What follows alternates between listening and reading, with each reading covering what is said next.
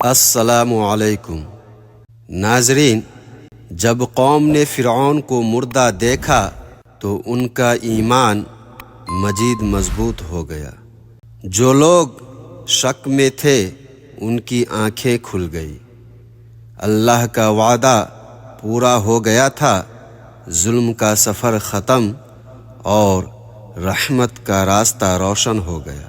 کچھ ہی عرصہ گزرا کہ اللہ نے حضرت موسیٰ علیہ السلام سے کہا کہ اپنی قوم کے ساتھ مصر واپس لوٹ جاؤ۔ حضرت موسیٰ علیہ السلام اللہ کے حکم کے مطابق اپنی قوم کو لے کر مصر چلے گئے۔ وہاں فرعون کے محل اور اس کی ہر چیز پر قبضہ کر لیا۔ اس کے بعد آپ علیہ السلام اس مقام پر بھی گئے جہاں آپ علیہ السلام نے اپنی بیوی صفورہ کو قیام کرنے کے لیے کہا تھا۔ ملاقات کے بعد آپ علیہ السلام اپنی قوم کی طرف متوجہ ہوئے اور دین کی تبلیغ شروع کر دی۔ آپ علیہ السلام نے ان کو پیغام دیا کہ اللہ نے مجھے نبوت عطا کی، میں شریعت کی باتیں بتاؤں گا، اس پر عمل کرو گے تو اس میں تمہارا ہی فائدہ ہوگا۔ موسیٰ علیہ السلام کی قوم نے کہا کہ ہم کس طرح یقین کریں کہ اللہ نے آپ علیہ السلام کو نبی بنایا؟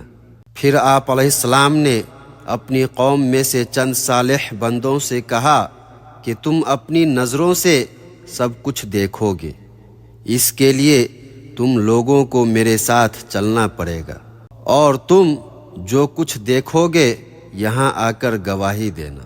صالح بندوں نے مان لیا اور حضرت موسیٰ علیہ السلام کے ساتھ جانے پر راضی ہو گئے۔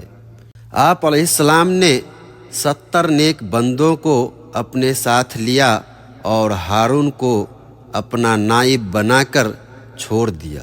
یہ 70 آدمی عالم تھے۔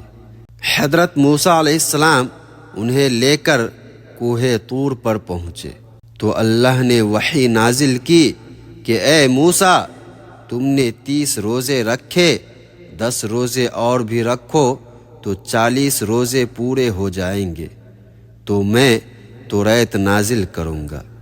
حضرت موسیٰ علیہ السلام نے یہ بات 70 نیک بندوں کو بتائی۔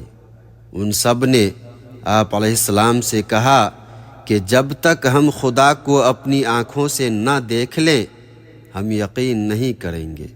تم خدا کو دکھا دو تو ہم یقین کر لیں گے۔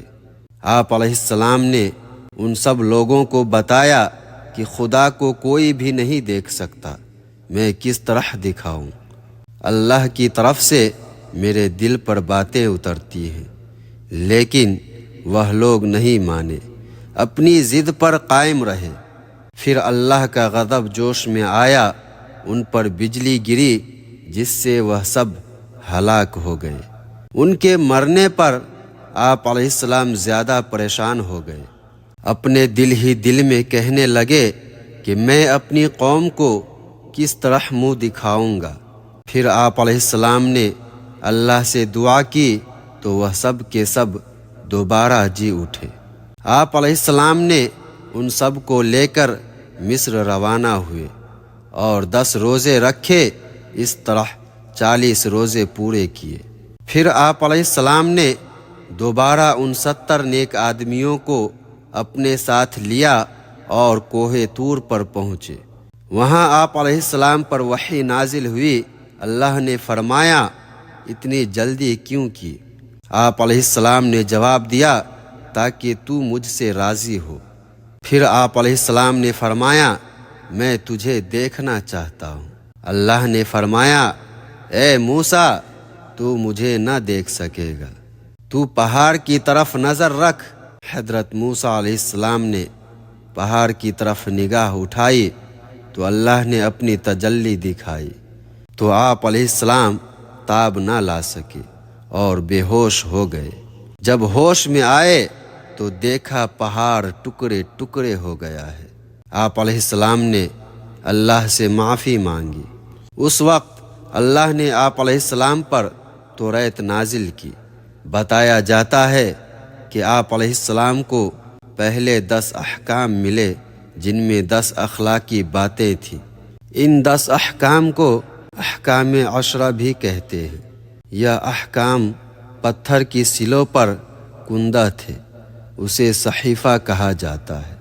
قرآن کریم میں اللہ تعالیٰ فرماتا ہے، اور ہم نے چند تختیوں پر ہر قسم کی نصیحت اور ہر چیز کی تفصیل ان کو لکھ کر دی کہ ان کو کوشش کے ساتھ عمل میں لاؤ، اور اپنی قوم کو بھی حکم کرو کہ ان کے اچھے اچھے احکام پر عمل کریں۔ احکام عشرہ کی توریت باب خروج میں اس کا اس طرح ذکر ہے۔ نمبر 1، اللہ کے سوا کسی کو معبود نہ مانو، یعنی تو اپنے رب اللہ کے سوا کسی کی عبادت نہ کرو، کیونکہ صرف وہی ایک عبادت کے لائق ہے۔ نمبر 2، بتوں کی پرستش نہ کرو، یعنی نہ کسی تصویر، مجسمے یا مخلوق کو سجدہ کرو اور نہ اس کی عبادت کرو۔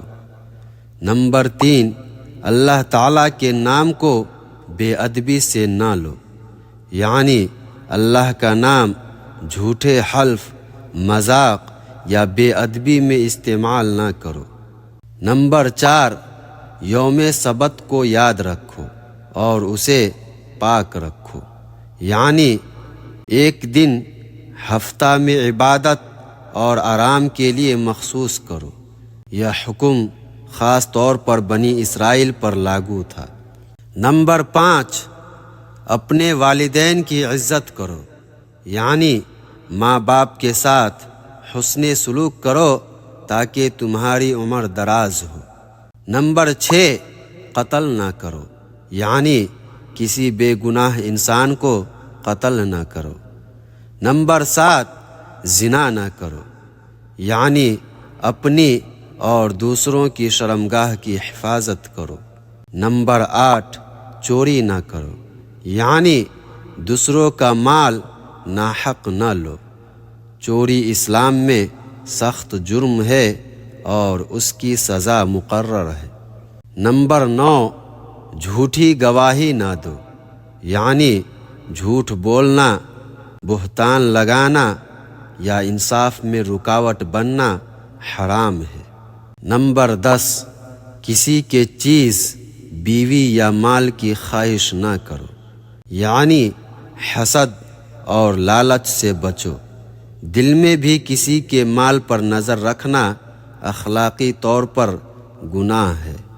چنانچہ اس کے بعد حضرت موسیٰ علیہ السلام ان 70 آدمیوں کو ساتھ لے کر اپنی قوم کی طرف لوٹے تو دیکھا کہ لوگ گمراہ ہو چکے ہیں اور بچھڑے کی پوجا کر رہے ہیں۔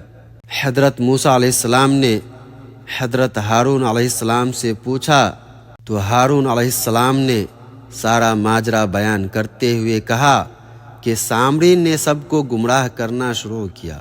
اس نے لوگوں کو بتایا کہ موسیٰ علیہ السلام اور ان کے ساتھ جو لوگ گئے ہیں وہ سب کے سب مر چکے ہیں۔ موسیٰ علیہ السلام کی جگہ پر میں کام کروں گا۔ تم لوگ خدا کو دیکھنا چاہو گے تو میں تم لوگوں کو دکھا دوں گا۔